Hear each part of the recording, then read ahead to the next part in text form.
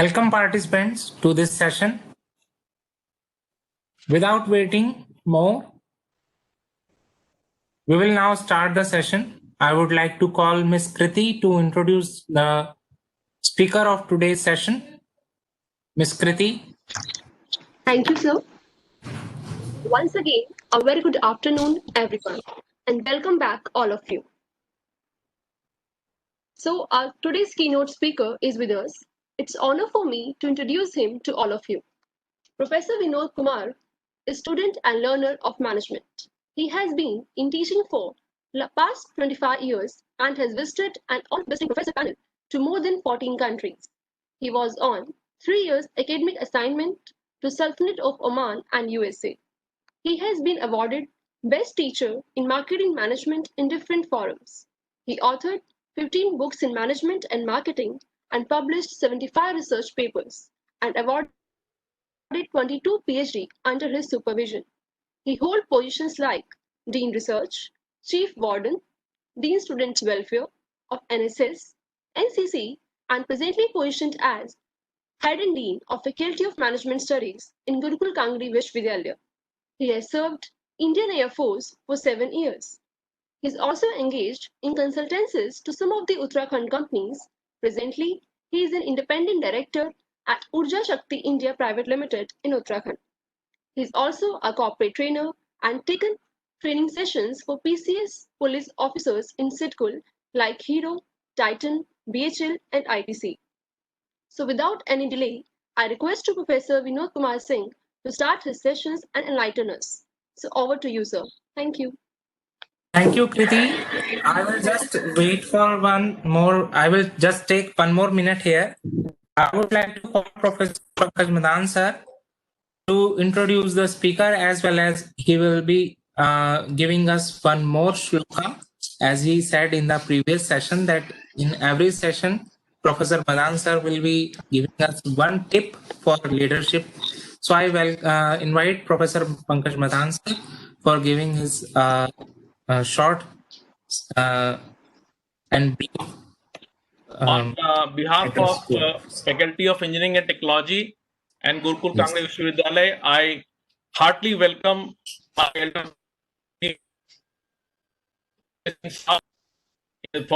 for his session.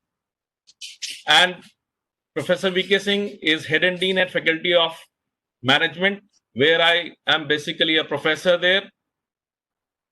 And I come to share one shloka in every session. So in this second session,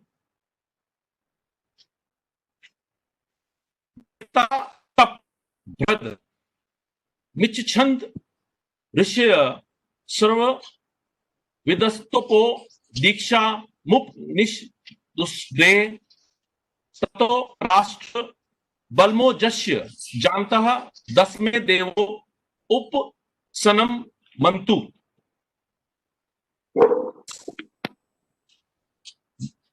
This shloka is from Arthaveda 19.41.1. The mantra says that the force and ooze originate in a nation that is found by self-seeking sages for the purpose of generating this force and ooze. There are 5 traits of a leader according to this mantra that are Bhadra, Michinta, Sarva Vidha, Tapa, and Risha. It says that Rishya means a leader is like an observer. He does not see with his eyes, rather he sees the word with his wisdom. Next is Bhadra Michinda. It means that he should be the lover of the nation. If a person is not a lover of a nation, he cannot be the true leader. Sarvaveda means no feeling of self-benefit. He must be a hard-working person is working for others. Tappa means he should have tolerance and simplicity. He should be able to tolerate others, listen to his followers.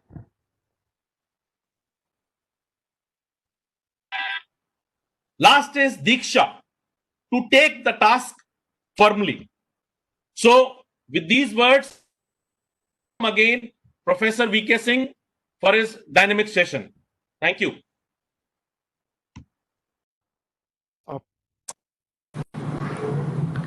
Thank you, Professor Pankaj Madanji, Dean of FET. Under leadership, this is the first, academic pinned up program which is being, backed up by AICTE.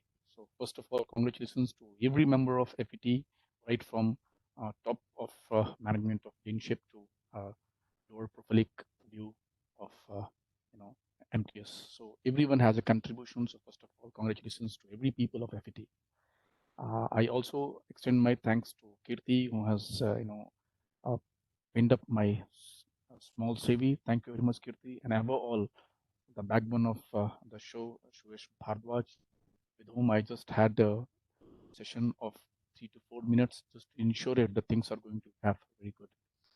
So first of all, I'm sorry that very soon I'm going to stop my video because I don't want that because of these things goes very in a bad shape because the problem is here with the certain internet issues. So please forgive me, and in the meantime I'll keep on jumping to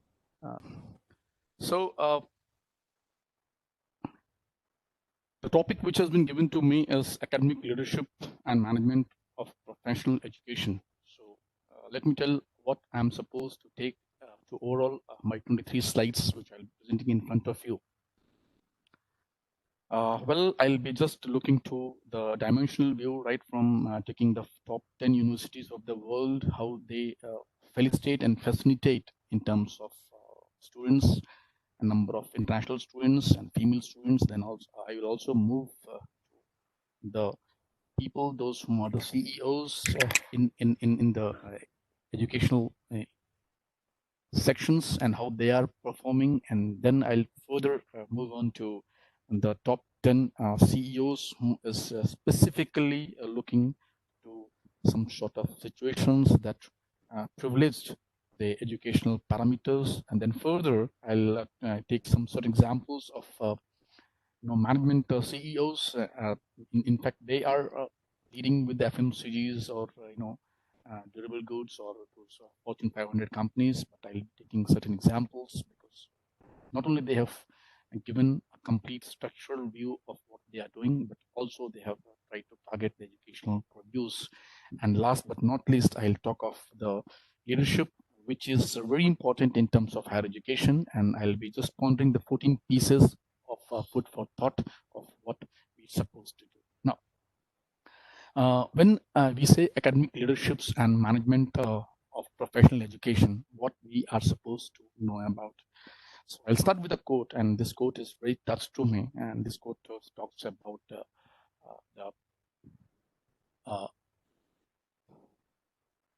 quote talks about that if your action inspires others to dream more, learn more, do more, and become more, you are a leader. This was a quote given by John Quincy Adams. First, let us be very clear about when we talk of these type of assumptions, when we take certain views from people. In a literal sense, leadership, what actually means. So here we go with the leadership means the action of leading a group of people or an organization. When I'm specifically trying to tell action, what actually I mean is what I'm supposed to do as a leader. A leader can be anyone else, but the point is, what are his movement creatures that govern and extend to the valuations and devaluations of the company or of the organizations? Well, when you say leadership, it also captures the essentials of being able and prepared to inspire others. because effective leadership is based upon ideas, both original and borrowed one, that is effectively communicated to others in a way that engages them enough to act as the leader wants them to act. Now, a point here is that what you have, there are two words in English. One is called empathy and the another is called sympathy. So here, as a leader, you need to put your thought, you need to come up with your thought out of the box, not in terms of sympathy, but you need to come up your thoughts in terms of empathy. And empathy is something more what you can relate to the existence, what you can look on to be into the able or being into the prepared to inspire others, or what you are being focusing yourself to give an example for other people. And above all, it also pursues in terms of the leadership is a dynamic process which deserves study. When I'm using the word dynamic process, I'm more concerned to the rationality. I'm more concerned to the process of rationality that involves interactions among leaders, members, and sometimes outside constituencies, right? It means as I have to be looked upon to my parabolas, as I have to fix upon to my situations, the best and the most processed part is that I look to have, because a good leaders are made, not born, I'll tell you. And if you have the desire and willpower, you can become an effective leader. And here I would just like to give one example, which is you might have heard of a name of a person. She is Sheryl Sandberg, who is the chief operating officer, COO of a Facebook since 2008, and she founded something like non-profit Learning In, named after her best-selling book, which was published. And she has been an influential advocate for women in the business world. And moreover, she is also trying to target and reference that even if you look on to the rationality of the situations, even if you look on to the task-oriented of the situations, or even if you look on the dynamism of the process, what is more important is to look to the tech industry, whether it's a Google or whether it's a Facebook. But what is more important to understand and to give a learning is that you have to bear the total capacity move. You have to bear the total, sense of movement, because I come up with certain more facts and figures, as Keith Davis talks about, that leadership is a process of encouraging and helping others to work enthusiastically towards their objectives, right? We need to understand that when I'm using the word objective, it means I'm specifically trying to relate what things I'm supposed to do. Because in today's industry, 1 + 1 is not 2, but in fact, I'll tell 1 + 1 is equal to 11. The simple reason is that we are into chained structured analysis. And when we look onto the chain structured analysis, you need to ponder to the facts and figures of what leadership must extract. You need to ponder and look at facts and figures that what leadership must extract in terms of cooperation, or in terms of linkness of individuals, or in terms of groups to attain the organizational objectives. So that was, the word which was really captured in a very beautiful way as far the Keith Davis is concerned. Now, when we talk of these situations, we are more governed and we try to understand the skills of an effective leader, because ultimately, when you try to relate the skills of an effective leader, we need to understand certain facts and figures. Before I jump up to the needs, skills of an effective leader, let me give you certain facts and figures, and then you can understand what I am supposed and what I'm trying to relate. If you look onto the top 10 universities of the world in terms of students, or in terms of rating of number of enrollment, or in terms of number of students they have entered. Hello, Sir. Yes. Yes, sir. Sir, please present your screen in full. Please press the screen presentation button in the. Hello. Sir, please present your screen in full screen. It's in the full only. No, sir. Go to just one yes. minute. Slideshow. Yeah. Yes. From current slide, click on the current slide. Yes, sir. Is it clear? Yes. Now Okay. it is clear. Oh, that's fine. So what I was talking you about that when we after this clear words from Kip Davis, I would like to give you certain facts and figures about the world's university ranking in 2019, and this was in terms of Times Higher Education (THE) talks about, and I was stunned to see that out of first 10 universities of the world, in terms of, as I told you, in terms of students categorizations, in terms of enrollment, in terms of female and male ratios, I was stunned to know that out of first 10 universities, first 3 universities, out of 10, 3 universities hails from United Kingdom. University of Oxford stands first. University of Cambridge from the United Kingdom stands second. And then again on the 9th position was the Imperial College London of UK.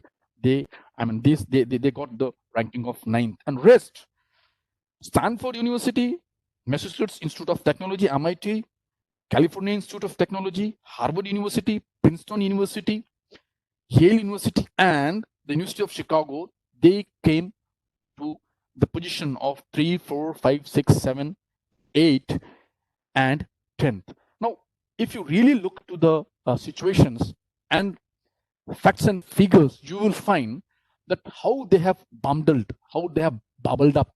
And these bubbling of such universities were more in terms of the 5 different versions that were taken up by these academic leaders.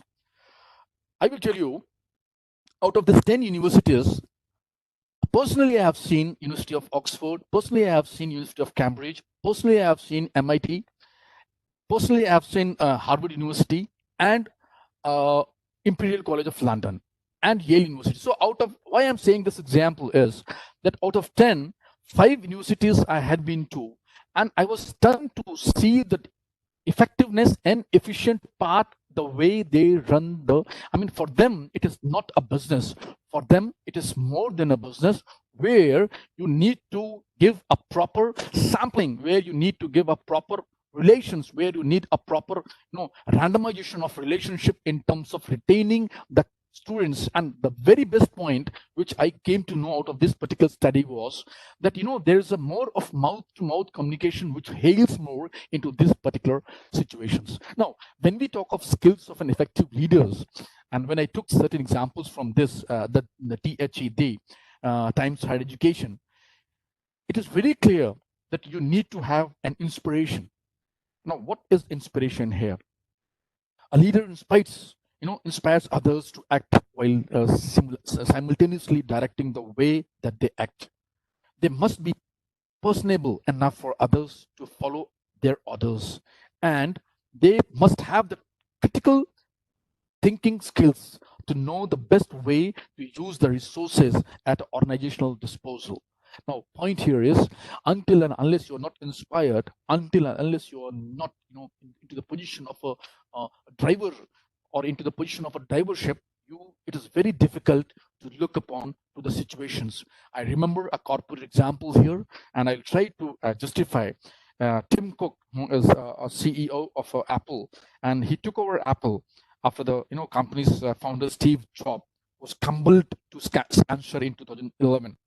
And can you believe that Cook has helped navigating Apple through the transition after Jobs' death, as well as developing a new product line? And I remember a case when the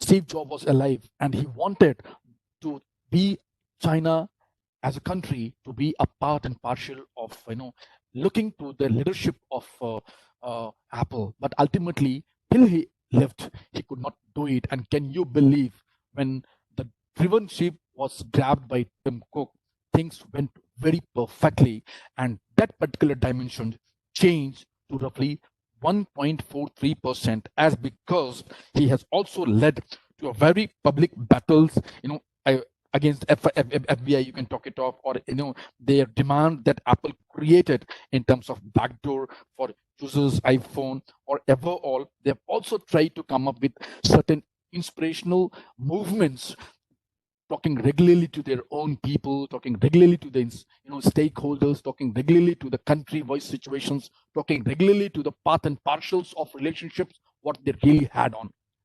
The second point which we look onto the skills for an effective leader is personable. You need to be very personable, because as a matter of fact, we look to the situations there, the term leadership and management leads to be used interchangeably. I tell you, the reason is sometimes we use the word leadership and sometimes we use the management, but they're not same as we literally in terms of words we talk it off. Leadership requires traits that extends beyond management duties. I'll repeat. There are certain traits which we really follow up to look upon the basic distinctions, and both leaders and managers have to manage the resources at their disposal. But a true leader, or you can say in terms of an academic leader, they require more of out-the-box analysis, more of certain, you can come up with certain examples. For example, is managers may or may not describe as inspiration by the people working under them, but a leader must inspire these type of things because they really believe on the very personalization apprehensions what they look upon. Well, the term if you really look on to the requirement step, or if you really look on to the leadership requires the traits that extends beyond the management duties, both leaders and managers have to manage the disposals. But truly speaking, what is more important and what is more to be understood is that how we look on to the scenario, how we look on to the situations, how we look on to the the terms and of the skills, and how we look on to the visions or the missions what a real leader talks of. And that is the reason we say the leadership requires traits that extend beyond the management duties. And when we look on to this type of situations, again I'm reminded to be another example of a very known figure of TDI Industries. This is Harold McDowell, who happens to be the leading mechanical construction and facilitator services in Dallas. And this McDowell is the third CEO at the TDI Industries. And the very good thing is he says is that when I make a distinction between the leader and management, I preferably look on to the word called great place to work. I preferably look on to some of the facts and figures which I really talk, and that is build and maintain trusted relationship, which is part and parcel for the leadership. Firstly, protect the safety of all partners. Again, I'm talking of the stakeholders. Lead win a servant's hurts. Again, if you treat them as a stakeholder, you're going to justify rather than if you treat them as a counterpart. I remember a quote from Richard Benson, who happens to be the lead driving seater of Virgin Airlines. He says, I treat my people not for me. What is more important is the customer. Customers is not important for me. For me, what is more important is my own stakeholders. And let us be reminded that when I'm using the word stakeholders, I'm more confirmed and concerned and concentrated to my management duties, what normally a people really look upon. So that is the version, that is the reality McDonald's talks about. That is the situations Harold McDowell talks about when he took over the TDI Industries as the third CEO. And he very brushly talks of that when you want to achieve the target, it is the very best practices that you can look upon is to treat them, your stakeholder, as an part of your body rather than treating them as a part of some contaminated situations where you feel to be on a very off mode grades. Now, when I'm using the scenario of leadership, academic leadership, in most universities, there are almost two major categories of leaders.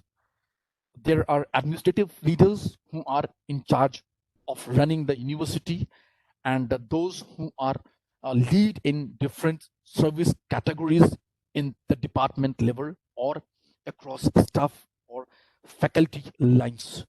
Universities have a positioning. For example, chancellors are there, or president is on the lead way, or with the associate or vice chancellors are there, or provosts are there, which is very commonly seen on the private universities, or vice presidents below them. Now, each major part of the university, whether we take example of professional studies, whether we take example of liberal arts, or whether we take example of sciences, may then have a deans with associate counterparts, with assistant counterparts, and these terms may vary across the globe, right? Normally, you'll find provost is very common in European countries. It's very common. Now, when you look onto the academic leadership, is a leadership that includes such role as creating vision and mission based on science and research data for the organizations. Well, when you use the word setting up of creativity, when you use the word doing and providing teamwork, it is something what we look on to the credentials of what we really look to have an idea, and these ideas really circulate in terms of creating vision, in terms of creating ideas, in terms of looking for providing teamwork, in terms of looking for facilitating and glowing. It is a broad you use the word capability and functions which across the higher education institutions reflect in leading, in governance, both corporate and academic. Point here is that when you look to the realities, when you look to the situations of a good leaders who develop thoughts, a never-ending process of self-study normally come into the picture. Education, training, and experiences, this all counts. Why this? Because it has to lead, because it has to inspire your works into a higher level of teamwork. There are certain things that you can know. There are certain commonalities that you can understand, but fact and figure is of a good leader is that a good leader are continually working and studying to improve their leadership skills. They are not resting on their laurels. Now, here you can see a quote of Leeming of 1998, who defines leader academic leaders, and he's on a quote he says, "The skill to motivate others, to take certain courses of action, to persuade others that prescribed task must be done on time and in a particular way, and to garner respect of others, especially those with whom one works and or associates." Now, point here is that when you talk of a leading faculty, when you talk of the cause of the leading faculty for paying attention to faculties, it means we need to have an across many different levels of systems that really look upon. Here, I would like to give certain pieces of foods for thoughts. And one thing what Leeming concludes from the statements is that know the difference between effective leadership and a good management.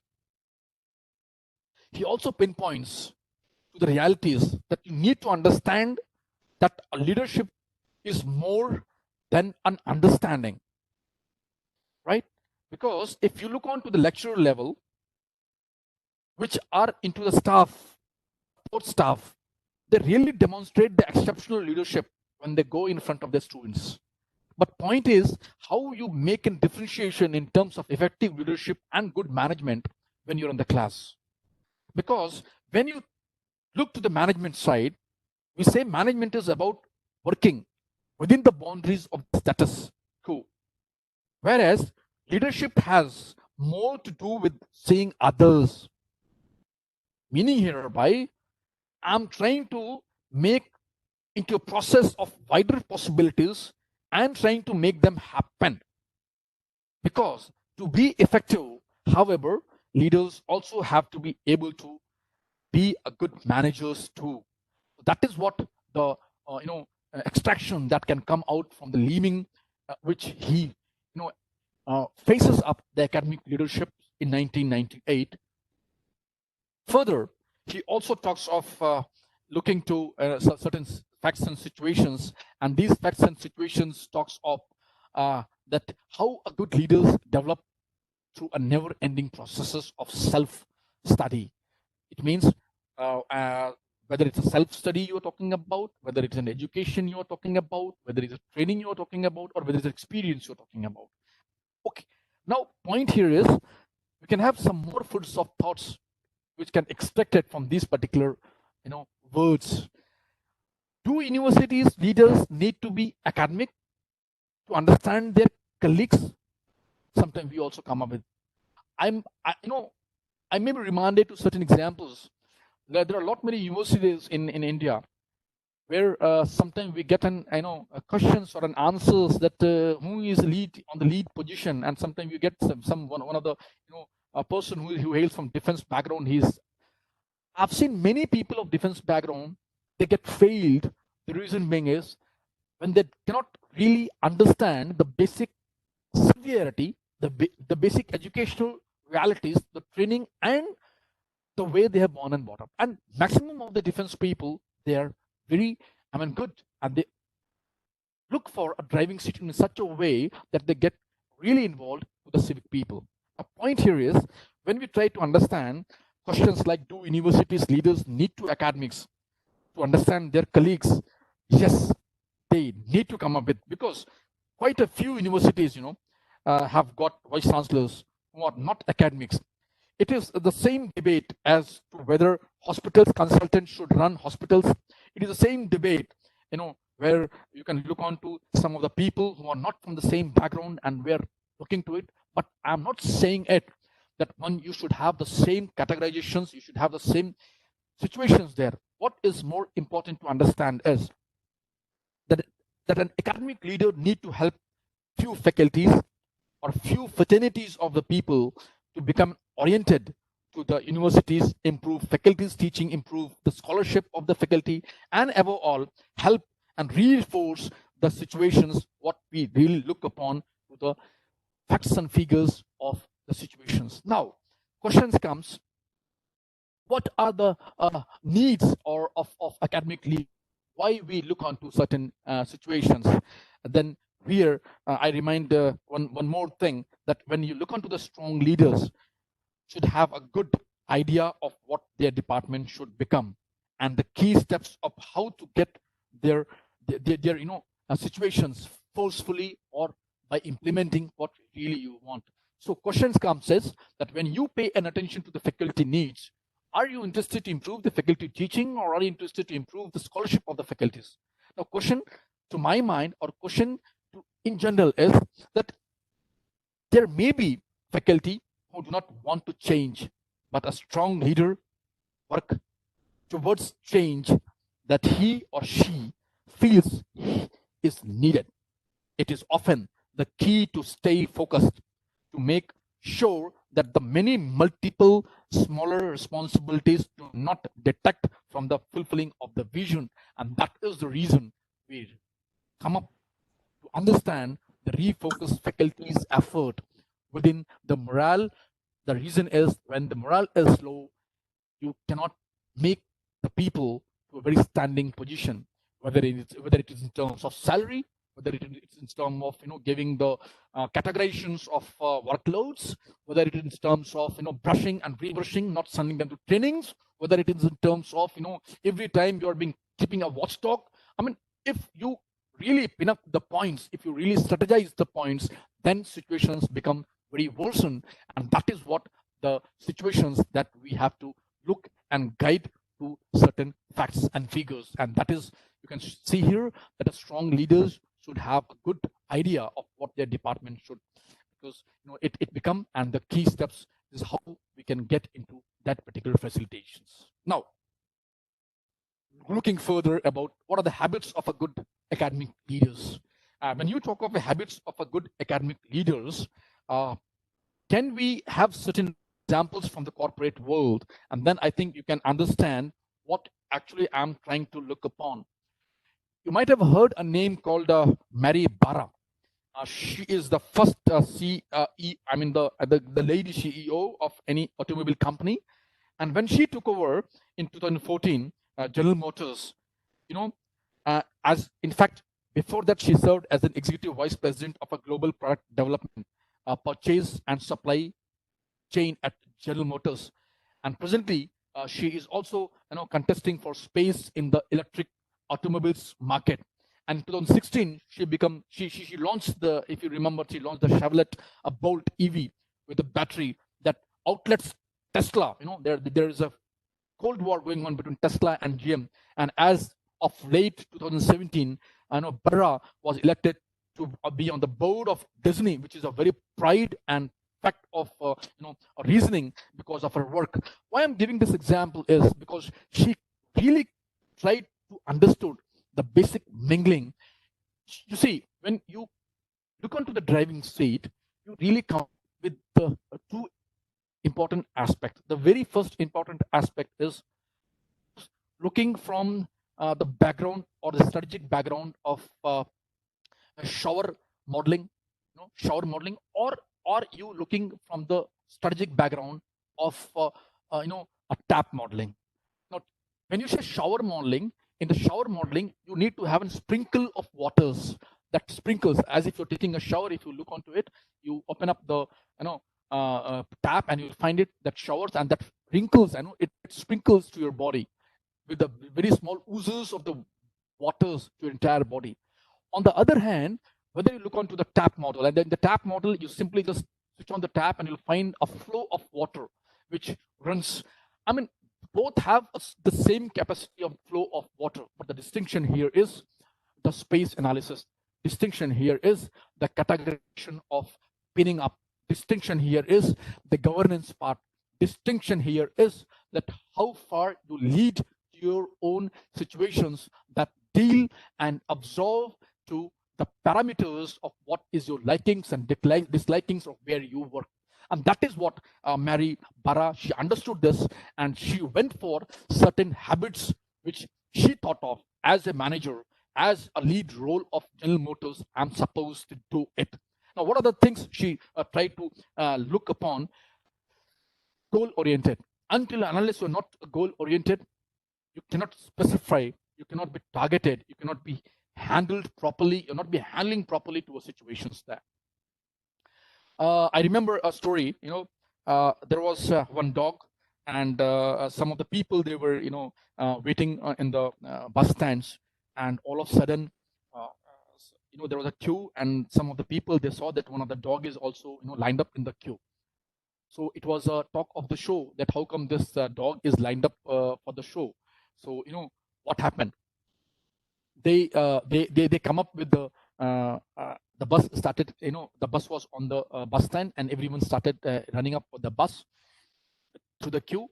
And to the mind, dog was also on the queue, and the dog also went up to the bus, and the dog took the seat, and there was one small bag which was hanged on the neck of the dog. The person who was ticketing, he just put his hand on the dog's bag, and he removed some amount from there, and he gave the ticket and put it into the dog's bag. And ultimately, there was put words of piece of paper was there that where he wants to get down, and it was written on it, and that that person who was ticketing it, he saw that, and he gave the ticket. And ultimately, then after some time, the dog just went off the bus. And again, one of the people, he was observing this. My God, how come this dog is so? It's so come up with what he is behaving like as if a man is behaving. So he started chasing the dog.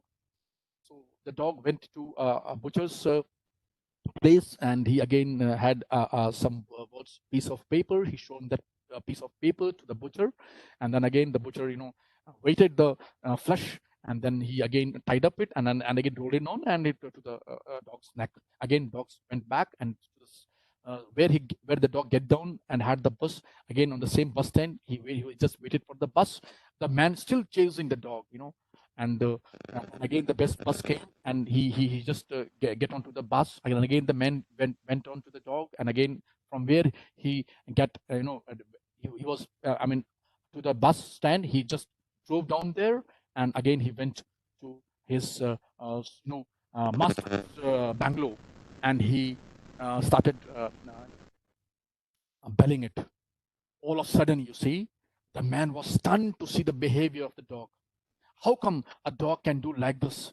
The same behavior, the same pattern, what a person is doing at. So ultimately, the master gets out of here and he started beating the dog. So the person who was back of the dog, he said, "Hey man, what are you doing? Why are you beating the dog? Are you amazed? You are a full person. Can you see it? What he is doing? Even a talent man cannot do it, and you're doing this thing. Why are you beating the dog?" You know what was the word which was being chased up by the master? Master says, "You are saying he is sincere. You are saying he is doing his job done. He was saying that he is very good to the job. No, this is the second time he has forgotten the key of the door." It means, you see, you need to understand the leadership quality. You need to understand the facilitations. You need to understand the brushing up. You need to understand the situations. You need to give the platform of what things you can give to them, right? Fourth, that is also a part of it. That then we look onto the decency, then we look onto the forthrights of fair and even-handed situations, consensus builders, good communications. This everything is a part of it. But what more important to understand is we look on to certain facts and figures, and these facts and figures talks in terms of what these facts and figures talks in terms of, you can look onto this slides, goal-oriented, know their colleagues and fellow administrators, agent of change, litmus changing, what you say, then understanding and appreciate the techniques, what you're using with the colleagues, research and public services. I'll give you one more example. If you go to Boston, Harvard University, from Harvard University, it is roughly 63 miles far is Yale University. And the very best part of this, both universities are the private universities, but the very best part is that Harvard University has their own USP. And as you all know, that anyone, when they go to Harvard University, it's just like a Makkah and Medina for a management and a commerce graduates, right? But the moment, if you just go to the Yale University Management Department, you'll find there's a 360 degree changes are there. Harvard University is full-fledged with the case analysis, case discussions, case dissections, case penetrations, where at the moment, and they don't believe much on PPT presentations, more into the more of face-to-face analysis what they look upon. But whereas when you go to the Yale University, you'll find almost different versions there.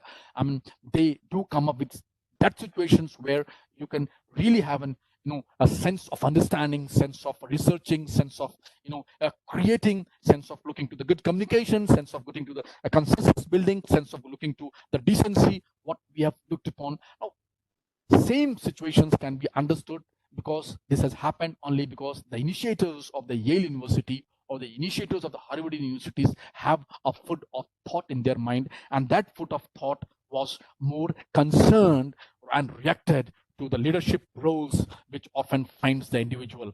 Please remember that when we look on to the higher educations, we need to be more proactive, and this proactiveness becomes a part and partial of legacy, and that is what has been done when you look at an example of Harvard universities, or when you look at an example of Yale University, or when you look onto example of some other universities which you really come up with. Then we also have some sort of challenges that we look to it. What challenges we can have in terms of looking to the penetration ways, that is faculty who do not want to change. Yes, there are certain situations. Remember 1980 when there was computerization in India, and even in the good, I will not name the parties, when there were the parties which is, known parties, they were resisting that why you are bringing computers. When you're bringing computers, because of the computers, there are many people who will go out of the job. But friends, what is one thing which is very important is what is everything which is looked upon to a fact and figure is, if anything is permanent in this world, and that is only change. So believe me, if you are not able to come up with a changing situations there, you will be discarded, you will be deserted, you will be distempled from that particular situation. The reason is very simple. What is to be looked upon is more to a situations. What is to be looked upon is more to be a part and partial of what we look for. Now, a prescribed task must be done on time, because this is very important. Believe me, I'll give my own example. When I was in Germany with Karlsruhe University, believe me, there I thought of that what actually teaching is.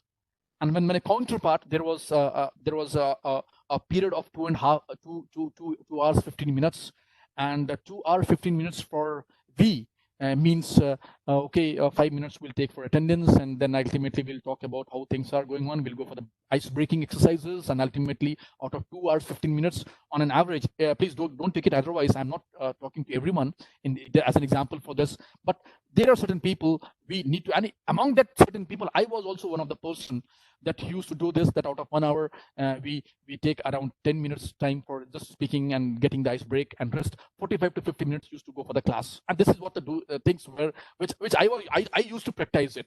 Frankly, I will not take example of others, but the moment I entered into the Karlsruhe University, friends, you believe me, when my counterparts 2 hours 15 minutes, and I remember there was one Turkish person was there, and one lady from Tunisia.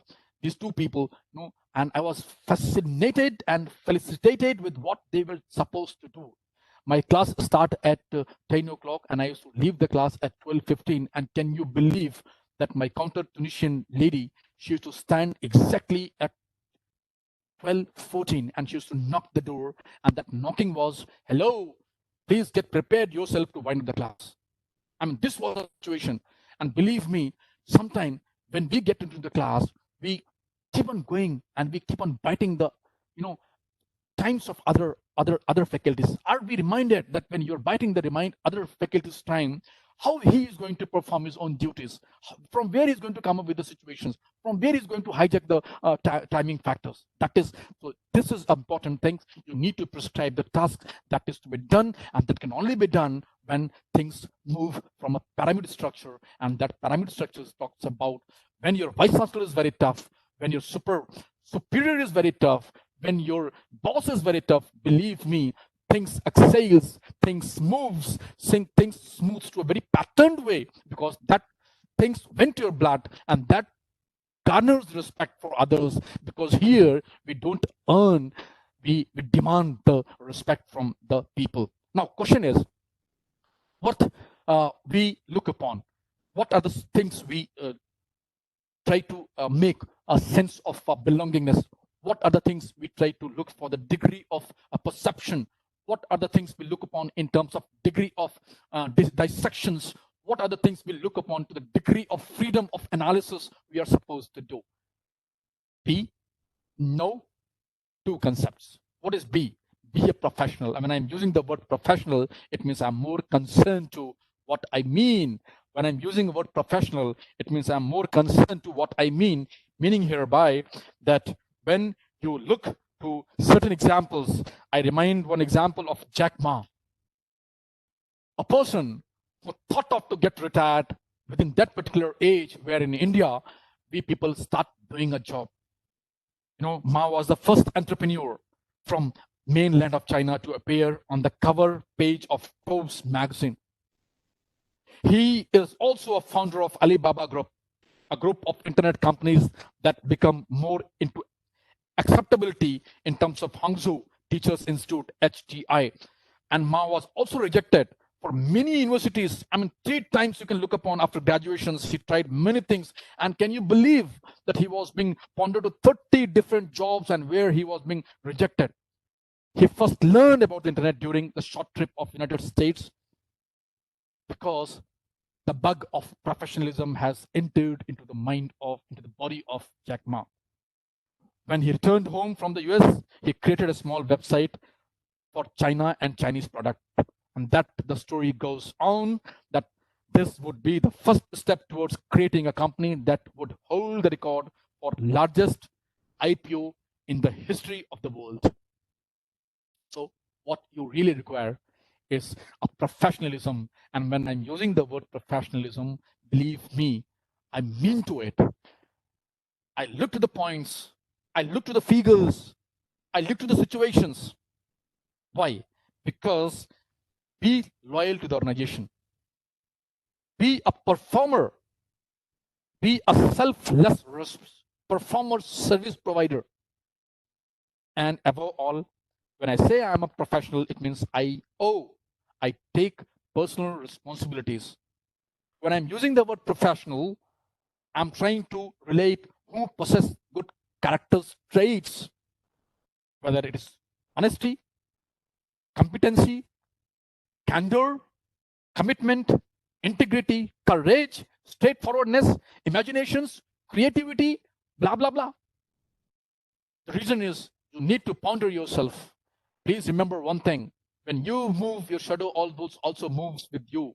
But shadow can only happen when there is a light on your body. What I mean to say is, be a flow of activity, be a position into acceptability, be that person who always believe in let the things keep on coming from every direction, and I am a learner and I will be a learner to what I am. The second point is know what you're supposed to know as an academic leader, as a teacher, as a non-teaching staff, as an administrator, what I'm supposed to know. The 4 elements of leadership talks about yourself, your human nature, your job, and about your organizations. You know the 4 things. Example is, know about yourself. You need to know about the strength and weakness of your characters. You need to know about your knowledge and skills.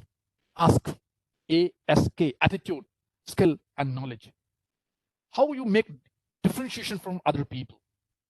What are the parameters which confirms, concrete, and create the sensibility? Char teacher ho to aisa ho. You know, there is one teacher I remember in our university, and I'm proud to have such teachers, and we need to have certain examples. And he's from chemistry department, and and I'm the real you can say the person to whom I have really looked upon. When he used to take the class of his students, I have personally seen students sitting on the cloths of the windows, and they were hearing that lectures which was being professed by the professor. Now, how this happens? There are a lot many faculties here who enroll themselves to be a part and partial, but the moment they speak, they come up with beautiful examples. The point here is, when I say when you know yourself, I'm talking about your strength and weakness. Believe me, what you are, I cannot be, and what I am, you cannot be. But yes, what is a matter of fact is that what you are, at least, which I cannot be, but one thing is there, that I can be a good receiver. I can observe your things. I can get into you and observe those things to my personality and camouflage your activities. And when I'm doing this, it means I am a real professional. When I am using human nature, what I'm talking about? Human nature, I'm talking about the human needs, the emotions, how people respond to the stress. You know, when you switch on the TV, you find Corona versus that lady who happens to be into the Mumbai, Kangana. And again, when you switch off the TV and move to another, zip to some other cable operating, channels. Again, you will find, the tug war going on between China and India. Again, then when you move on to some other situations, you'll find some more things, the tug war going on between the two basic parties. I mean, point here is, when you try to justify the human nature, what you are trying to relate. It means I'm trying to relate with the emotions. I'm trying to relate with the response of other people. I'm trying to relate with the situations that look more energetic. You see, normally we have a word like we say, good leaders have the humility to learn. Now, what is I meaning here by talks about is that leaders often sees it as a sign of weakness to admit that they need to go for the training and dealing with the people, how they go for the training and how they need for the people. This is my very special quote. There was a conversation going on between two position holders in the organization. One was the vice chancellor of any university, let us say XYZ, and one the same counterpart was the chief finance officer of the university. And as you all know, when you are leading the Kuber section or the finance section, you are on the driving seat, and your intention is always to save money for the organization, and it doesn't mean that you're doing wrong, right? So the CFO and the conversation was going on between sending the person to the training. That can we send some of the people to the training, and if we can send them for the training, like for example teaching staff or non-teaching staff, they come with a brushing knowledge, and that brushing knowledge can be applied to your organization. So the conversation was going on between the CFO and the CEO, which I have converted into the vice chancellor and finance officer. The CFO was saying, you tell me one thing, CEO sir. What matters if I'm talking in terms of giving the examples that you look onto certain situations and figures, that if we don't send people and if they they don't do anything else, what will happen to these situations? Like if you're sending people and if they don't counterpart and if they don't come as an example, so what is your reaction? How you feel it?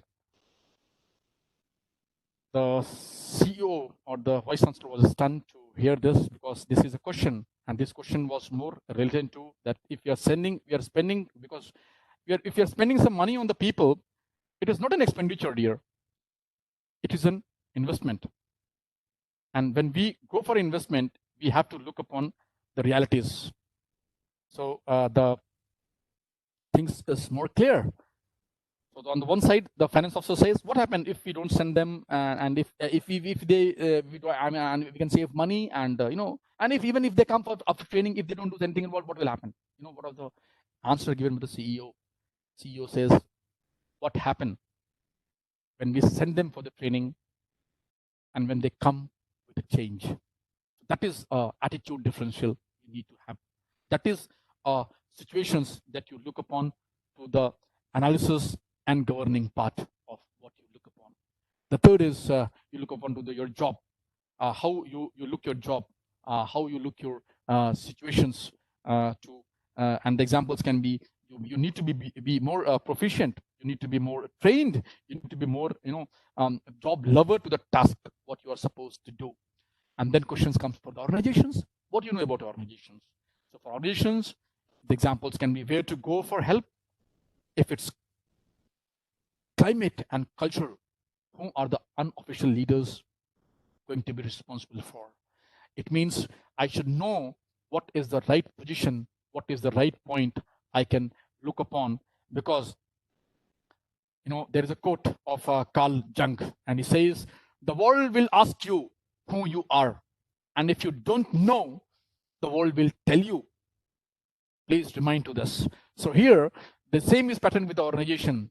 If organization, you're doing for organization, obviously you are being given something more from organization. But if you are scoundrel, if you are not doing anything from organization, please remember, the officers know, the white collar people know the basic differentiation and distinction between horse and a donkey. The third one is do what we are supposed to do. When you take example of to provide directions for the stakeholders, what you are supposed to do. So for getting to the directions of the stakeholders, the examples can be more clear to set a goal. Go for problem solving discussions. Go for decision making or planning. That is what you can do it. That is what the point which can govern, analyze, and lock onto the situations. What else you can do it more? What else you can conform to the situations? What else you can look for your own says? I remember a very good quote, and it's something like when a father said to his son, "Be careful while you walk," because here we are looking to the direction. You need to provide a direction as a boss. You need to provide a direction as a supervisor. You need to provide a direction as a dean. You need to provide a direction as a registrar, as a vice chancellor, as a CEO, as a CFO, or whatever position you're holding at. So this is a very reluctant and conditional view, and this view talks about a father said to his son, be careful where you walk. And the son replied, Father, you be careful, because I walk on your footstep. So that is what a point of discussion, that is what the loaded point of value, that is what the loaded point of creation you create, because the direction always chases the person who gives or create a sense of belongingness. Then we come to the implementation part, how you implement it. And when you say implementation part, means I'm more concerned to the communication, I'm more concerned to the coordination, I'm more concerned to the supervising, I'm more concerned to evaluating. Meaning hereby, what is more clear to understand, what is really more clear to look upon when I am trying to communicate, when I am trying to understand, when I am trying to clarify the situations. I need to be more specific. I need to be more analysis. I need more sensible to look and to understand the proper feeling and creations of what I am supposed to do. Then what the next one is, what should and how should I motivate? And when I say motivate, it is something like how we can develop the morale and spirit of the people in the organization, right? How we can train the people in a very best way so that they can come up with the acceptability, they can come up with the grabness, they can come up with the performance, they can come up with the leading, pocketing every time, they can come up with a sense of attitude, they can come up with a sense of belongingness, they can come up with a sense of acceptability. How you can do it? And you can only do it when you really look to the situations, because directions matter. And there is again a very beautiful word, never approach a bull from the front, a horse from behind, and an idiot from any direction. If you can understand this, I think you can understand what are the criteria, what are the credentials, what are the parameters that we really look upon to move and understand the realities and situations, or the facts and figures of understandings we adhere to. Now, academic leadership 2.0, which is looked upon and looked to a creative phase, how business model of academic leadership could be dangerous to this integrity, in filling the total capacity. Authors give an amazing examples to make stakeholders understand why students as a customer model is not the right fit for the society. Imagine a customer in a department store. I'm just giving an example, and you can understand that imagine a customer in a department store who buys a sweater and is not happy with it. The customer has every right to demand satisfaction. The same is with the students. I remember one of the class of Indian Institute of Management of Professor Dholakia, and he happens to be a very good pitcher. So when I used to be into that program, and we were 30 people who were participating in that program. So Dholakia Sahab, when he used to take class, all of a sudden he used to ask certain questions from undiversified field, like for example, how many states are there in India? Like for example, who is the CM of which particular state? Or for example, what is the full name of our prime minister, or something like this, which was totally undiluted one from the particular topic. So, and he used to do like this. Suppose I remember, I was sitting on the second bench of that, and he asked me a question. Hello, Mr. Then I said, VK. Hello, Mr. VK. What comes C? After that, I was stunned. I could not understand what he's saying. I said, pardon, sir. what is after C? I said, sir, I'm not getting what you're saying. This is very simple. I'm saying, what is after C? Then all the people, those who were sitting in, as a hearer or as a students with me or as a participant, they started laughing. Because I really could not relish, I could not understood what he's saying. I said, sir, I really don't understand what you're saying. He said, what is after C? Actually, I was thinking that he's talking, C means he's talking of Samudra. But actually, he was talking, what is C? I said, D. But that D has not come from my side. One of my colleagues who was sitting side of me, he's just mumbled me, D, tell D. Then I said D. Then I was, astounded that why he is asking these questions.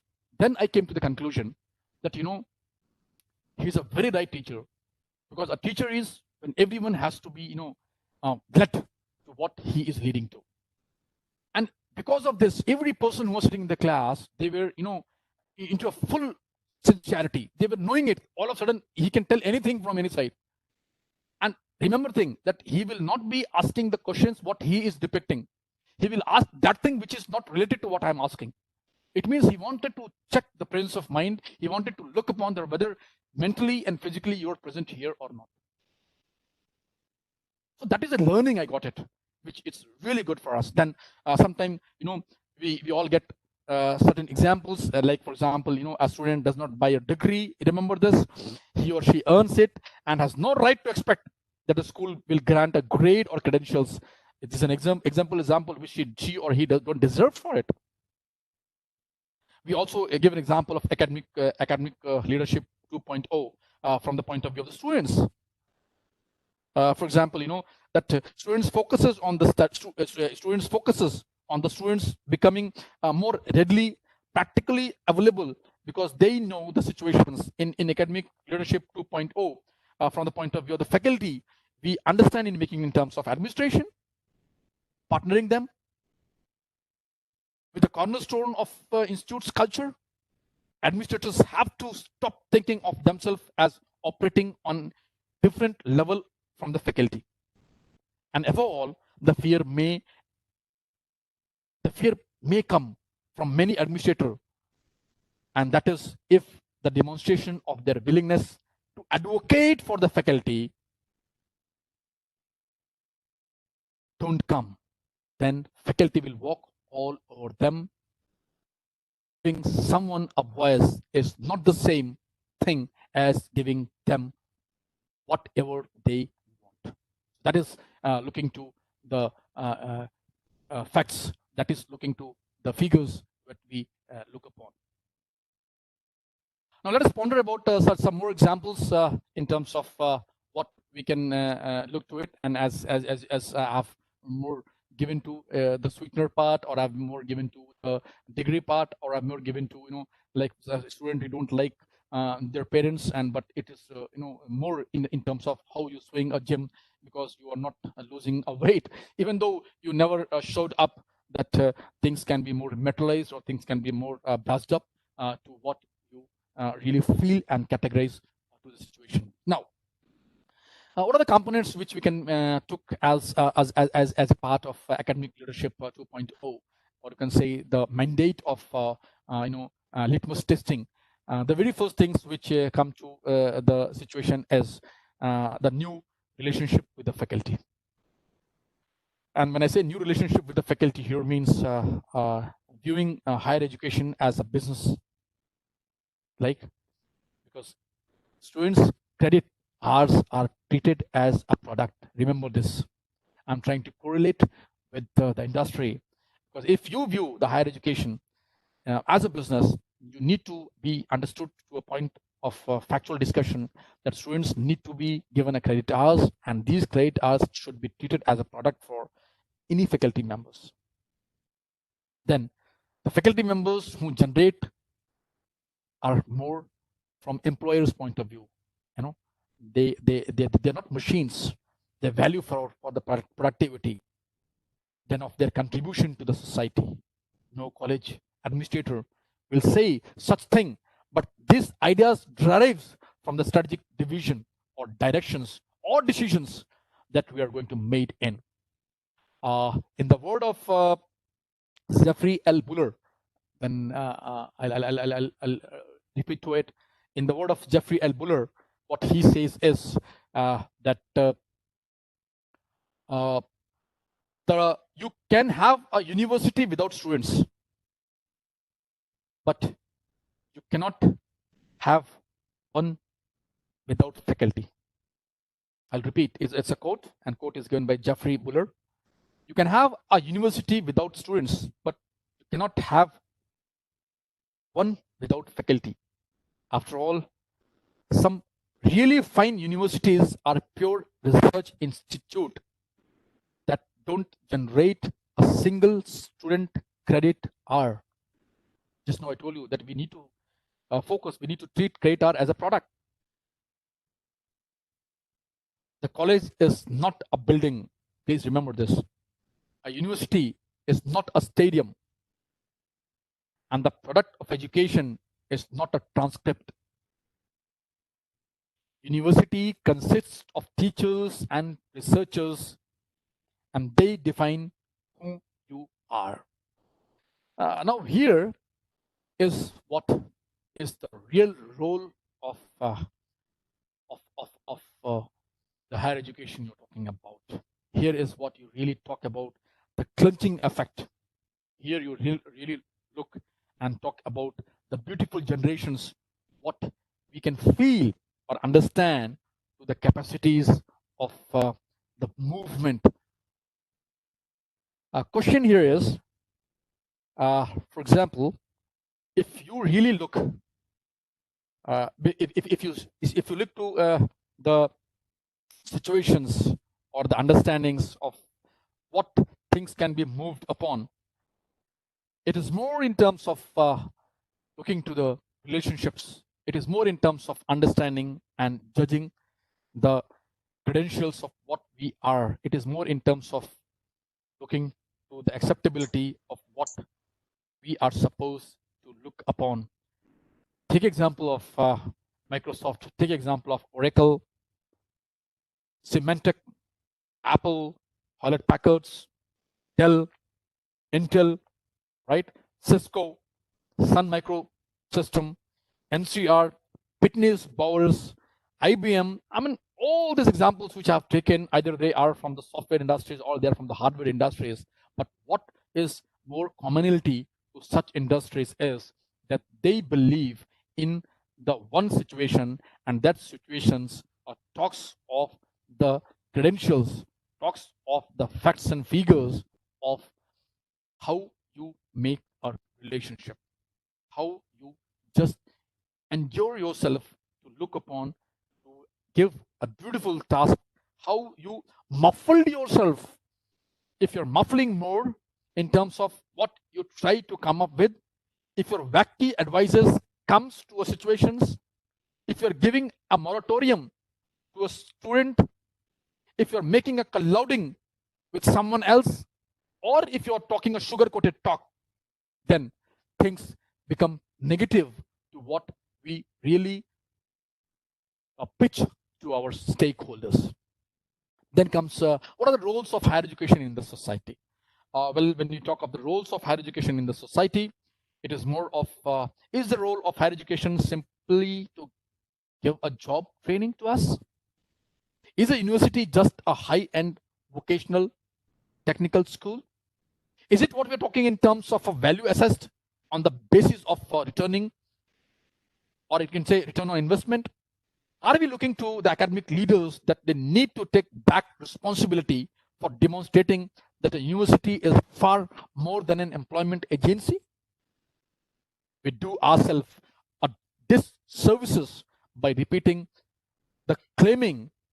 We don't tell students what to think. We merely teach them how to think.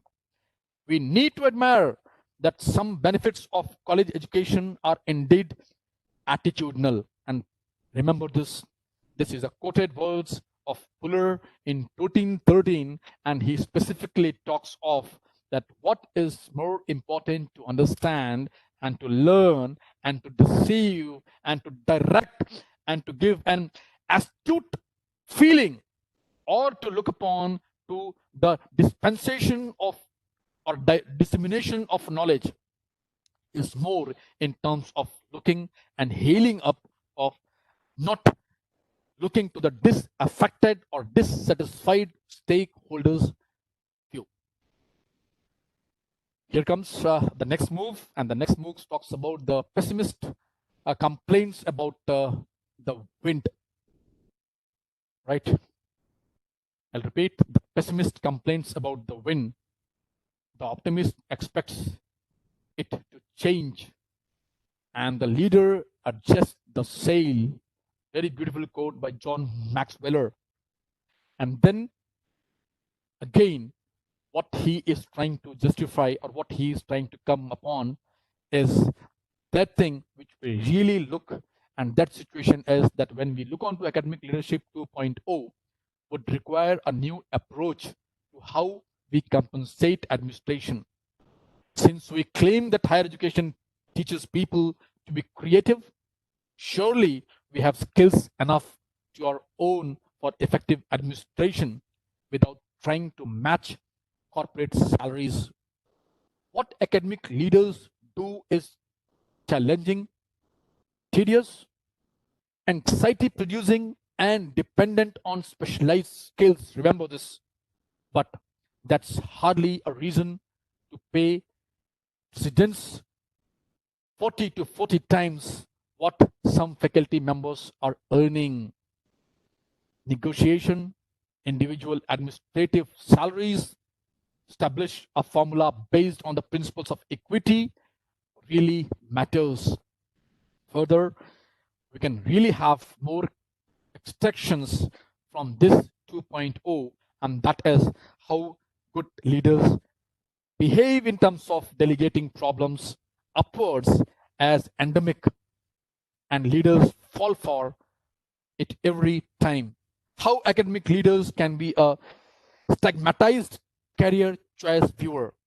How do you move up in higher education? How the leadership roles often find the individual. Some more things which really leads and compensate to the facts and figures. How the gender imbalance in the leadership is huge issues. What are the learning parameters which we can get it from the predecessors, which is more important? What are the leadership qualities that we can look upon?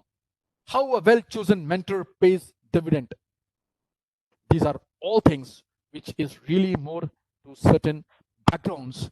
And then I have, because here I would feel injustice when I'm not going to touch some of the online educational, and sometimes we say that why online education is better than traditional education, because this is also a part and parcel of the extension of academic leadership 2.0. And here I'm not saying that traditional education is not doing well, or online education is doing well, but there are certain reasons that why online educations are better than traditional situations. And the very first is that you are not bound by geography. It means you are open up. You are you are mileless, you are kilometerless, you are to a fate where you don't find the sky is open and you still need to go for the infinite situations. Then second one we say is, and they take example of MOOCs, which is standing in terms of massive open online courses. Then second, what I can look upon is online learning may be more engaging than classroom learning. It is just, it's not, I'm talking of, there is a consensus, but it is just a view. I'm just sharing it that sometimes online learning may be more engaging than classroom learning. I don't know, but yet some of the people, even some of my students says that sitting regularly and concentrating your eye, focusing to your computers or to your mobile or to your laptop, it's really, it's something where it's very painful to every people, and I do agree with this. And sometimes we also look upon that the feedback is very faster as compared to when you go to the classroom. Feedbacks are very fast, right? You have buttons there, and you give a scope of out of 10 how much you rate the faculty, and immediately you pin up with that. And then fourth one is online college can be cheaper way to earn your bachelor's or master's degree as compared to, this is the point, and normally it is more more used, because in many countries, in the first world countries, they are coming up with such situations where they have opened up with online courses, and then you may incur a lot or a lot less students loan that because of such a situation, and above all, you have more control on your own schedule, and then online classroom is a good preparation for a changing workforce. Last and not least, online learning is getting a good reputation. And then I would also touch a very interesting part, because here we have almost touched each and every aspects of academic leadership, and I request the organizers to kindly share this, that one thing on which we are lacking to, and we should come up with that focusing factor. And this focusing factor is, if I'll share one figure, that only 6.67%, it's roughly 7% of Indian institutes are headed by women. And this is what the facts and figures talks about, because when there is a significant shortage of female academic leaders in the higher education system, contrary, because this is the figure which talks of heading the situations, and as per the GII, that is Gender Inequality Index, we stands worse than the world's average, and the world's average is 0.450 and our average is 0.563. So this really looks to a meaning. Then I come to certain more facts and figures that the reports also talks about, that the percentage of female in position of influence positions such as vice chancellors or directors in out of 810 institutes of higher education in India, it is only 54 out of 810 institutes is headed by females. And recently, government regulations have increased female participation in corporate boardrooms. However, it is important for us to create female academic leaders who can inspire young girls during their study days to look the leadership roles. So here, I would really request the organizers to kindly frame up and give a sense of situations there to lead and diagnose to such facts and figures what we can upon to the situations. So with this, I'm closing my presentations, and I'm open up because still there is 7 minutes time. So I will love if people can come up with the questions or query sessions.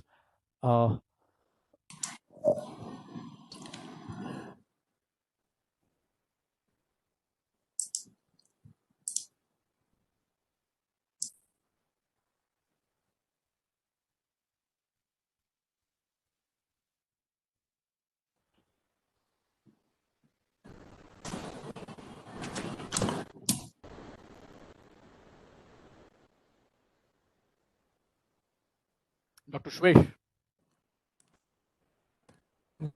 Sir. So I'm open up with the questions. Still we have 5 to 6 minutes. So I'll request the participants if they can use some information, some sort of disseminations of knowledge, what they can convey to me, or something which I really left it.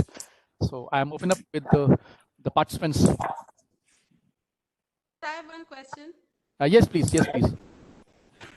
Sir, I'm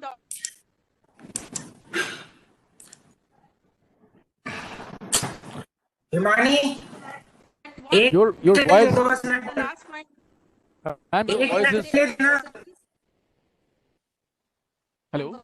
State University of Udaipur. Hello, sir. Yes, sir. Yes. And academic leadership. And see, that is what I've requested to Professor Pankaj Madan. I mean, he would have taken these issues.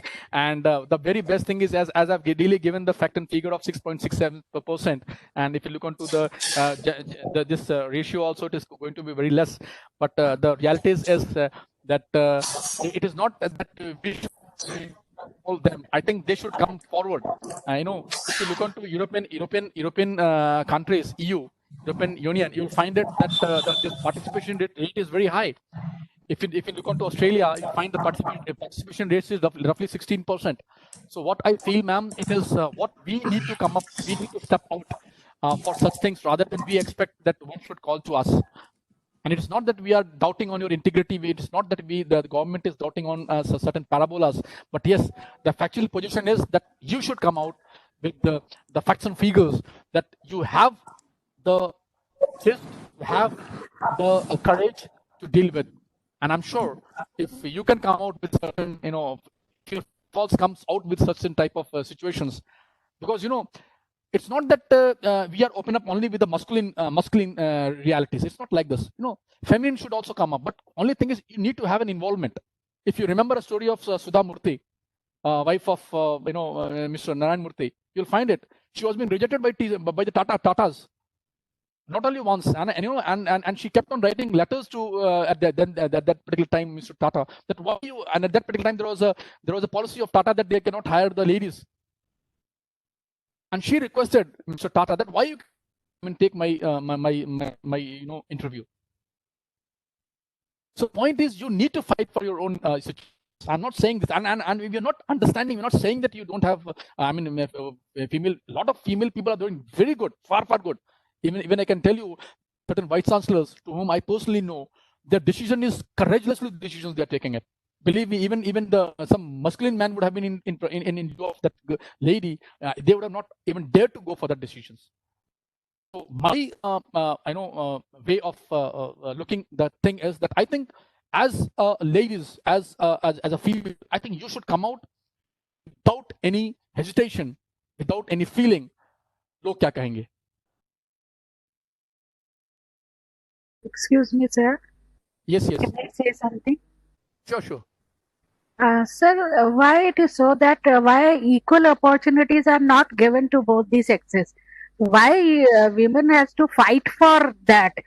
For what man is not fighting at all? Ma'am, I'm very sorry to say, I think this is your perception. Otherwise, equal opportunities are always been given every time to everyone. So then no question of fighting for anything when equal things are there. No. Fighting means, what I'm saying is, Lacey, personally, I've seen, I'll give you an example of my research scholar. Today she has an interview in one of the institute in Dehradun. And she called me morning and said, sir, bless me that I should get into it. I said, you're always blessed, dear. Don't worry, you do your best. What was the second reaction? So a lot of male faculties are there. I think this type of attitude should be changed. Then immediately I countered her. Why you are interested in male? I mean, why you are interested in other people?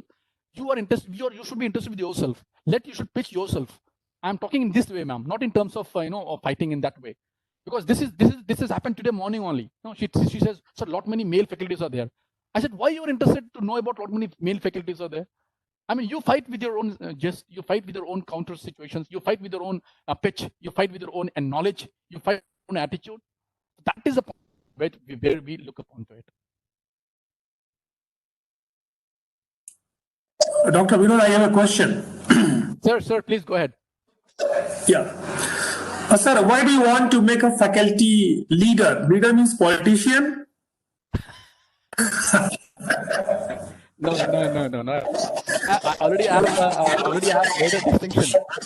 I have made a distinction that there's a difference between leader and a manager, right? So leader doesn't mean, see, normally we presume, normally this is say that leader, it always means politician. It's not like this. You see, Mahatma Gandhi was not a politician. He was a very good leader. You see, I mean, something we actually, this is a word which replicates, which understand the situations of how the followers are along with. You can have a lot many things which really looks and judges the situations. Do you remember a name called Elon Musk? He was born in South Africa, a businessman, investor, and Musk was very known for founding of PayPal and SpaceX, and he was 3 times was failure, and he's a man who has given a space tourism. But point, when he led his entire team, the counter people, they start telling him, sir, don't go for it. This time you're going to be a failure, mega failure. Don't go for it. And ultimately, what he did, with his own bunches of 19 people, he led the team and he said, make this a last attempt. So on the one side, as a leader, you need to understand about what the situations are going on. I've seen a lot of examples in institutes. One one teacher, his time relates to the perfectness, his exact to the scheduled of the classes, his stepping to the pitching to the different dimensions of what he relates to the study to the students, and he becomes a talk of the show for other teachers. यार मेरे class में बच्चे नहीं आते, उसकी class में बच्चे कैसे आते हैं? And sometimes I'm astonished to give the examples. In my own department, some of my faculties, we share our ideas and we take from each other. Lot many things we share with each other. And during the Teachers' Day, my own students, they reciprocate, they act as if how we are trying to get into the class. And from that particular acting, you come to the conclusion that this is where you are going to come up with. So when I'm using the word leader, I'm not talking in terms of you are into that you should join to some party or something like this. Well, I really mean it. You should come up with certain realities that whatever you want to do, whatever you want to depict, whatever you want to pitch, whatever you want to make a semantic mega situations, let the follower should follow you. And that should be example. You see, that should be an example for this situation. And that is the reason I'll tell you, if you happens to look onto, if the boss is very good, obviously the things will move very perfectly to the downstairs. It is a pyramid structure. So if your boss is very good and if he is more into the lethargic situations, then obviously the same situations. So my point is here that when I'm using the word faculties to be a leader, it means I'm trying to relate, I'm trying to pin up, I'm trying to glue, I'm trying to favicol all those realities of what a good leader should compose of.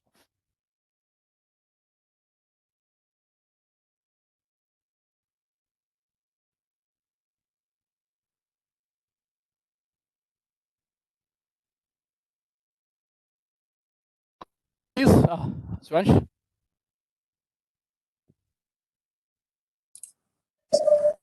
Am I audible? Yes. Yeah. Sir, my question is that let us be very specific about the educational leader. Whatever the examples you have quoted so far, they have the leadership, they have shown the leadership in the societal need. Somehow they have been the social reformer. But you think from the teacher's point of view, a faculty who is coming for the higher education, leader, how he can lead? Do you think that we are talking about the educational reform? Of course. Of course. It means that if you look at our education policy, I do not know how many years we got the new policy. It means that for last 3 to 4 decades there have no one as an educational leader. Our new prime minister has come and he's become the educational leader. No, it's not like this. No, it's not like this. Yeah. Listen, see, first of all, you be very clear. I'm using this word. It is nothing to relate with any politics or any party. Number one. And what AST has come up with this type of workshop, can I request? Yeah. What AST has come up with this type of workshop is basically to reframe, restructure, and re-energize all the faculties like us. I'm also a student of management, and whatever is being, it is being depicted by my seniors. I do get a learning from them. Even learning is a never-ending process. But question here is, what is the best way to reframe, restructure, and re-energize the entire situations? That is a part of it. You remember, before 80s, before 90s, when computers were not there, things were doing very perfectly well. Now computers are there, more problems are coming on. But question here is that when you keep on forwarding your steps further, it means you are trying to brush up with all realities. And please remember that when you come up with the realities, there are a lot of challenges also, which is a part and parcel of these realities. So question here is, as per the time zone, as per the conversation of situations there, how we can react to those situations, how we can symbolize to those particular situations, so that we can fix to a sense of belongingness what we are supposed to do, because we all are imbibed with the stakeholders. I've given example of 2 examples. I remember Harvard University, of United States of America. It was initially started as a private one, and then it was been taken over by the government. It was taken over by the government. And then again, it was being, restructured, and again it was been put into the private mode. There are a lot many examples You take example of Vanasthali Vidyapit, who is only focusing to the girls' education, and they have more than 15,000 girls. And they are doing the best situations there. You take example of Aligarh Muslim universities, they have a USP. You take example of BHU, they have a USP. But point here is that how we can create a sense of belongingness. Point here is that how we can create a logical thinking parabola for such type of stakeholders. Sir, in spite of all the institutions who are doing extremely well, still India has to get one position between 1 to 200. Very Still, done. institution who at the world ranking between 1 to 200, except some of the IITs. So my question is, when we talk about the educational leader, we should be very specific. What is the objective of the educational leader? I think, according to me, the educational leader means you have to prove the academic excellence in your field. So people should follow it. Yes, that is what is the point. It's not only academic excellency. I mean, how you are building your relationship with the stakeholders. Very true. You're very right. Question is not that I may be a very good teacher. Question is, I may be a very good teacher, but in reality, my personal examples are not fitting to that realities. I may be a very good corporate leader, but the examples which I am giving or disseminating is not being tolerated by my subordinates. I may be a very good teacher, but again, question comes. Actually, what I feel as an academician, that a lot of things be reformed in our education sector, especially from the top to bottom, including all the regulatory bodies, including the AICT and the UGC. And I'm working in this area, and a lot of reforms we have proposed to the government of India also. But it will take time. It will take time, and all the regulatory agencies who are responsible for the education sector, they have to think practically. Speaking on the paper will never work. Very true, very true. But don't you think in the last 70 years, sir, we have really changed? And it's not that we have changed all of a sudden. We have changed. I'm expecting that this change does matter in coming futures also. And I think people like taken by FDP, I think under the stewardship of Professor Pankaj Madan, certain things conclude. We can send this to the AICT. That's why I'm saying is, even my question was, if you remember it, I've come up with a question that why it is only 6.67% of the total out of 810 universities. 54 universities are being led by the female faculties. This is the question I've. That's true, sir. That's true. Yeah. So we have to work out on this and see. It is not the government that going to think it up. And I think people like you are initiating with such type of assumptions, initiating with such type of suggestions. I think this is going to come up with a very beautiful way, and this is what is the part we can do for brushing up the new education policy or something like that. Sir, lot more we have to do. I do not want to name any organization, but I would like to tell you that in a recent conversation with some of the regulatory authorities, everybody knows what the problem is, but nobody wants. Everybody wants to keep their hands clean. I think you're very correct, but see, there are certain limitations you can understand. Yes. We should not come up to, but authorities are made up by people like you and only. Today, I'm talking about the authorities. Even when I go there, when you go there, we also do the same thing. So I think we should need to have such understandings which looks in a macro terminology point of view. Sir, nice information. Thank you, dear. Thank you very much. I am Dr. Hemant Jain. Ji, Jain Saab, boliye. Speaking from Pune. Actually, I am working in the private institution. I'm working in the pharmaceutical field. And the problem is that during the research, sometimes we could not get we can get some facilities, but when some material is costly and some instrument is require the maintenance, at that time the management do not support. So thing is that we could not sometimes we could not obtain the means proper result due to Mhm. lack of the infrastructure or lack of the facilities.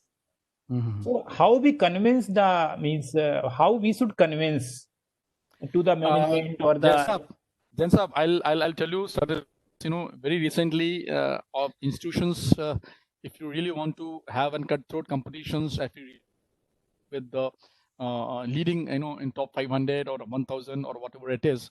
So you need to go for accreditations with NBA, or you need to go for the NAC or something like this. So it's a very clear-cut mandate by the NAC or NBAs, or even you look on to go for the higher accreditations situations there. You will find until and unless you're not brushing up with this type of situational movements, you cannot go for it. So it is not that you are going to push up. It is mandatory by the institutional people itself.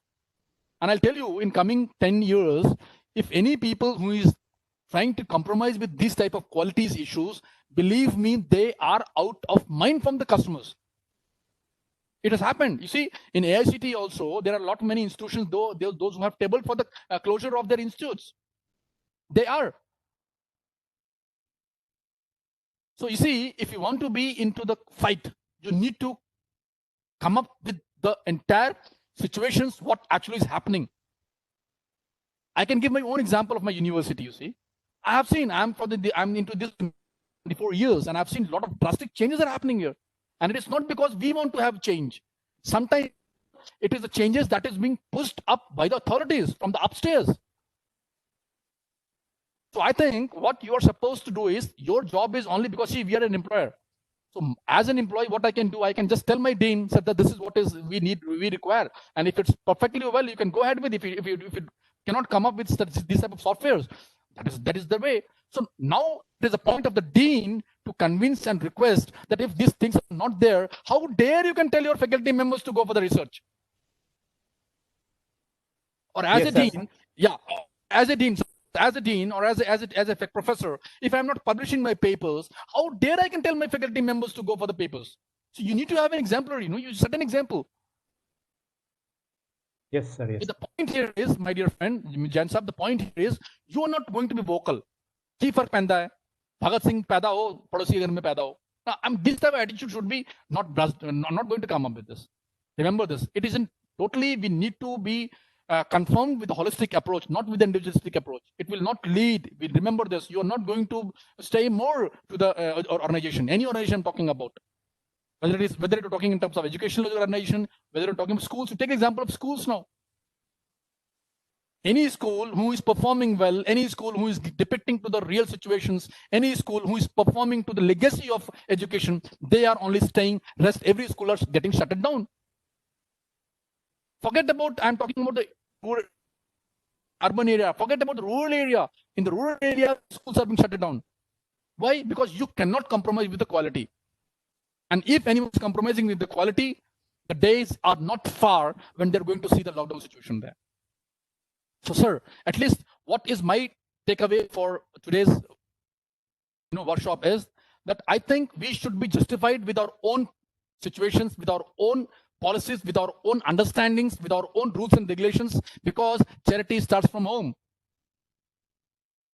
I'm sure I never go to the class on the regular time.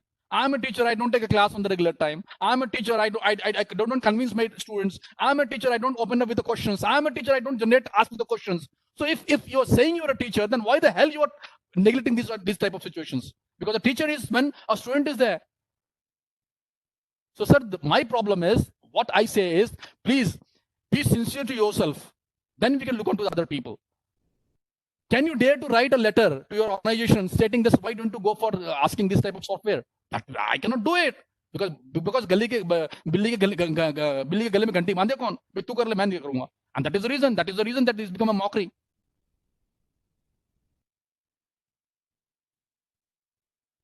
Right? Hope I have answered your query. Yeah. But I have written the letters and other thing. Even they have calculated the budget, but at that time that some requirement is there, but other requirement could not be fulfilled. So at least some of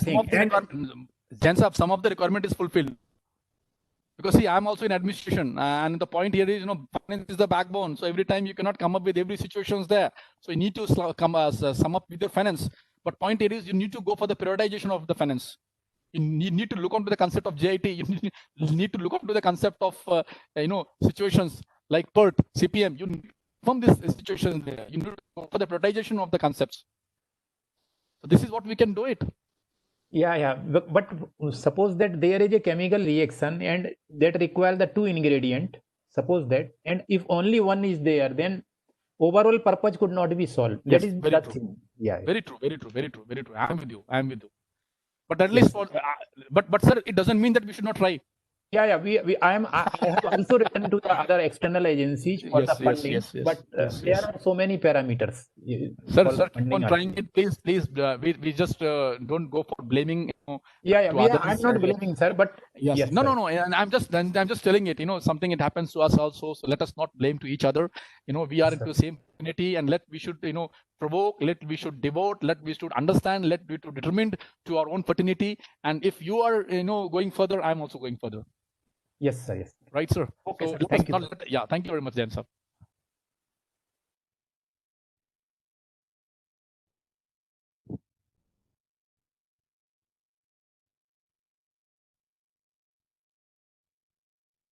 I thank you, Professor Singh. I suppose we are running out of the time, and most of the professors, they have asked their questions. Still, if any question is there, I think you can write on the chat box, and Professor Singh will answer that question in the chat box. Dr. Suyash, anything from your side? Have you shared? I can see the attendance sheet also in the chat box. So those who have not filled up the attendance sheet yet, they can fill up. So thank you so much, Professor Singh, for your wonderful deliberation today on this leadership. Thank you so much from our side. I wish that the participant must have enjoyed the session. Thank you, sir. Thank you very much. Thank you very much, sir. Thank you very much. Take care. All the best.